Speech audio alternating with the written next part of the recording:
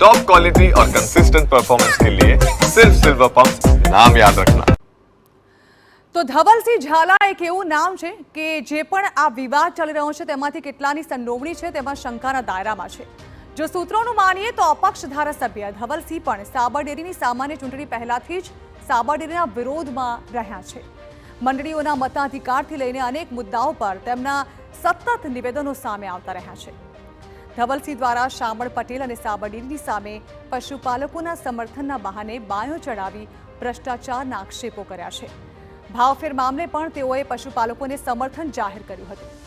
Police ફરિયાદ મુજબ ઘટનાને દિવસે સાબરડેરીના મુખ્ય ગેટ પાસે ધવલસિંહ ઝાલાએ ટોળા સાથે વાત કર્યા બાદ એકાએક ઘર્ષણ સર્જાયું હતું અને ટોળાએ આ દરમિયાન પોલીસ પર હુમલો કરતા પોલીસને ઈજાઓ પહોંચી હતી અને ટીયર ગેસના સેલ છોડવામાં આવ્યા હતા।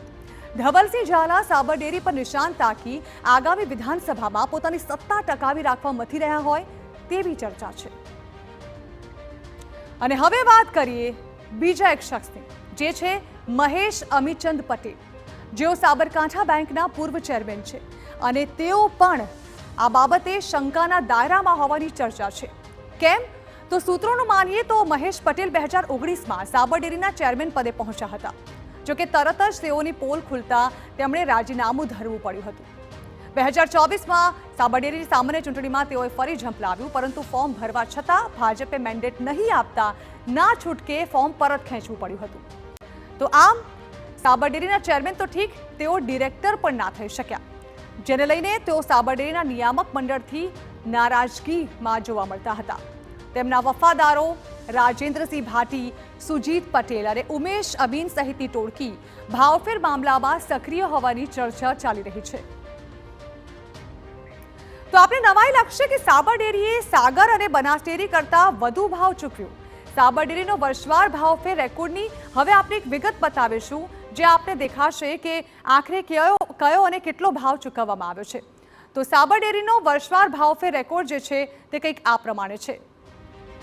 વર્ષ 2019-20ની અંદર પશુપાલકોને ₹770 પ્રતિ કિલો ફેટ ચૂકવવામાં આવતા હતા। ત્યારબાદ વાત કરવામાં આવે નેક્સ્ટ યરની, તો વર્ષ 2020-21માં ₹812 જે છે તે પશુપાલકોને ચૂકવવામાં આવ્યા। ત્યાર પછીના વર્ષે વર્ષ 2021-22માં ₹860 ચૂકવવામાં આવ્યા। ત્યારબાદ વર્ષ 2022-23માં ₹934 ચૂકવવામાં આવ્યા। વર્ષ 2023-24માં 990 સુધીનો ભાવ જે છે તે ચૂકવવામાં આવ્યો અને વર્ષ 2024-25 એટલે કે ચાલુ વર્ષે ₹960 સુધી એડવાન્સ ભાવફેર ચૂકવવામાં આવ્યો છે। આ એડવાન્સ રકમ છે તેવું કહેવું છે ચેરમેન શામળ પટેલનું।